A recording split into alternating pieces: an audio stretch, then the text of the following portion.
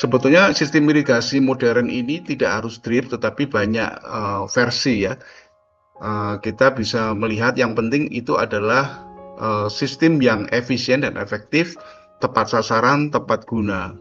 Sistem perkembangan pertanian di dunia itu kita mulai dari pertama kali konvensional farming itu yang bercocok tanam ala kadarnya lah dari zaman nenek moyang sampai sekarang ya di Indonesia ya kita lihat begitu-gitulah. Di negara-negara maju kita udah ketinggalan 10-20 tahun dibanding mereka. Nah, mereka sudah sampai ke precision farming. Jadi semuanya presisi. Airnya terukur, pemberian pupuknya terukur, pemberian semua sarana-sarannya terukur semua. Bahkan sudah sampai ke level berikutnya yaitu smart farming. Artinya smart farming adalah sistem pertanian yang smart. Dia bisa berpikir sendiri. Tidak usah tergantung kepada operator manusia, harus nyalakan pompa, harus putar valve, harus nyiram, mupuk manual, enggak. Tapi dia tahu kapan harus menyiram, kapan harus mupuk, semuanya menggunakan artificial intelligence. Nah, kalau kita lihat juga sistem perkembangan irigasi di dunia, itu yang pertama kali adalah sistem genangan. Jadi kita hanya di dalam satu peta seperti di Indonesia pada umumnya ya, saya yakin masih banyak ini mayoritas terjadi seperti ini. Selokan kita bongkar, pintu masuknya kita jebol, pintu masuknya lalu air mengenang ke seluruhnya. Nah, yang lebih agak maju sedikit adalah sistem selokan, sistem kanal. Kalau kita bandingkan sistem genangan ini efisiensinya hanya sekitar 40%. Kalau sistem kanal efisiensinya sekitar 50%, artinya yang sampai betul-betul ke akar tanaman hanya separuh. Kalau yang genangan tidak sampai separuh, karena apa?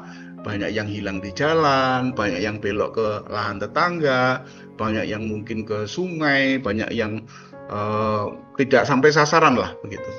Kemudian juga dengan sistem genangan ini resiko pemupukan yang kita tabur itu akan bisa larut. Kemudian juga karena airnya kemana-mana, penyakit juga bisa menyebar kemana-mana. Dan gulma, karena semua tanahnya basah, gulmanya juga bisa tumbuh di mana-mana. Sistem yang lebih modern adalah sistem yang bertekanan, yaitu menggunakan sprinkle, tadi yang sprinkle, dan yang lebih advance lagi adalah yang drip ya, sistem irigasi tetes.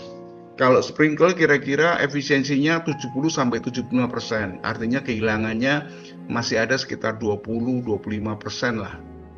Tapi kalau drip itu efisiensinya hampir 100%, sekitar 90-95%. Kehilangnya sangat kecil karena air langsung hanya diberikan ke perakaran, tidak ke samping kiri kanan buka belakang, tidak, dan terukur. Kalau tanaman hari itu butuh 2 liter ya kita kasih 2 liter, nggak lebih nggak kurang. Tanaman butuh 1,5 liter ya kita kasih 1,5 liter, tidak lebih tidak kurang. Karena di Israel air mahal dan susah, akhirnya mereka sangat-sangat tergantung kepada sistem irigasi ini. Kemudian juga kelebihannya di sistem drip ini, pupuk tidak hilang kemana-mana karena pupuk diberikan lewat selang langsung ke akar juga karena berupa pupuk cair yang larut.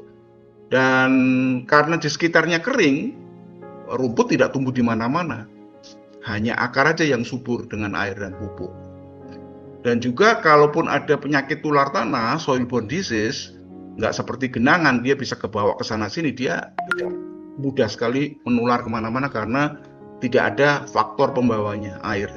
Ini sistem drip yang sekarang menjadi trending di mana-mana, tidak hanya di daerah gurun pasir atau daerah yang kering, tetapi daerah-daerah yang tidak kering pun mereka sudah memakai ini karena efisiensi dan efektivitas dari sistem ini.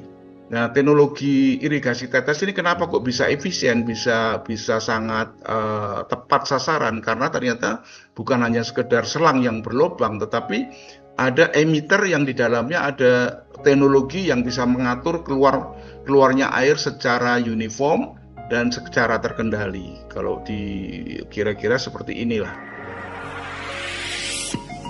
Jadi ada satu emitter, lalu air di dalam pipa, ukuran pipa juga bisa sesuai kebutuhan, ada 12 mili, 16 mili, 20 mili, sebagainya.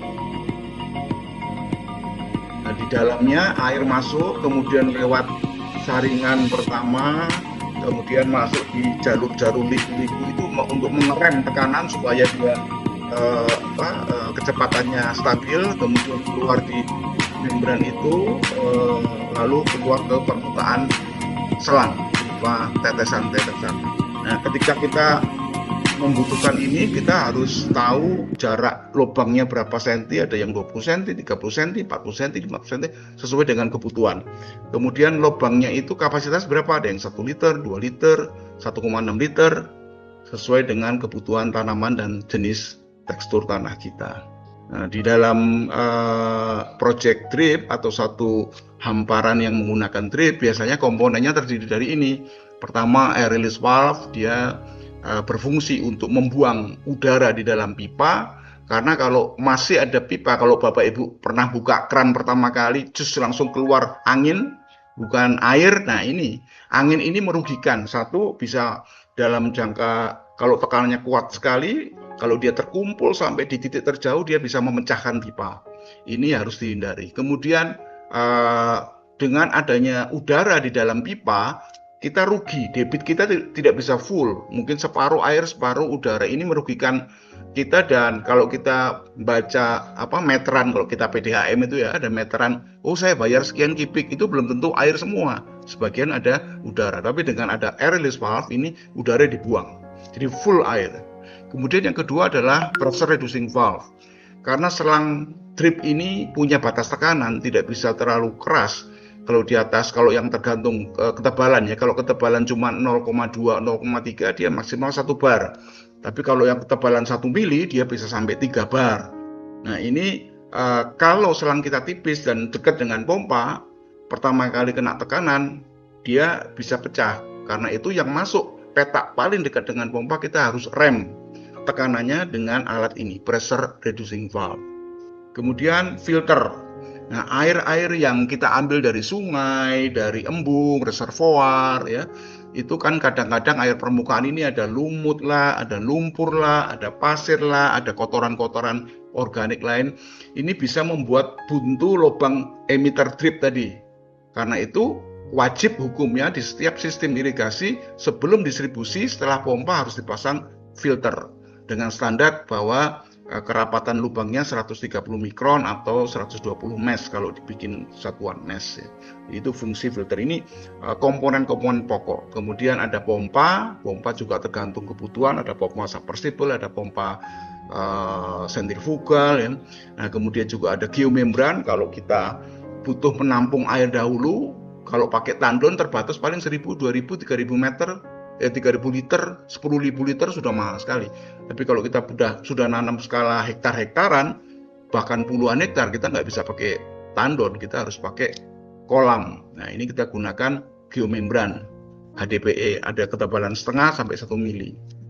Kemudian pipa distribusi dari pompa menuju ke petak lahan bisa menggunakan pipa PVC atau HDPE, atau menggunakan selang yang tebal yang tahan tekanan, itu selang Lefred.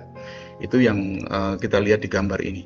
Lalu baru sampai ke petak-petak kita gunakan yang namanya drip, selang drip atau selang irigasi tetes. Ini ketebalannya macam-macam, ada 0,2 mili, 0,3 mili, 0,4 mili, 1 mili, tergantung kebutuhan juga. Jarak lubangnya tadi ada yang 20 cm, 30 cm, 40 cm dan seterusnya.